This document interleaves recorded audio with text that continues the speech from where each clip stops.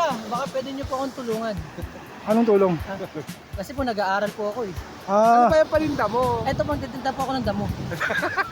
Ay, pwede ko po bang malaman kung ano pong pangalan niyo?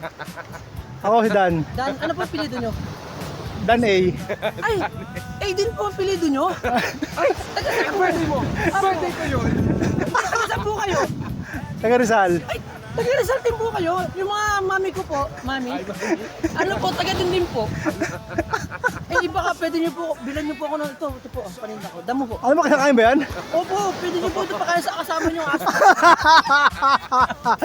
Buhit ka. Tulungan niyo po ako. Ano na ko ito yung aso eh. Mali. Sige na po, sir. Ayan na yun. Totoo lang po, ito po ang pinaka the best na damo dito po sa Isla ng Balute. Ang Isla ng Balute ay nababalot ng mga damo na katulad nito. Na?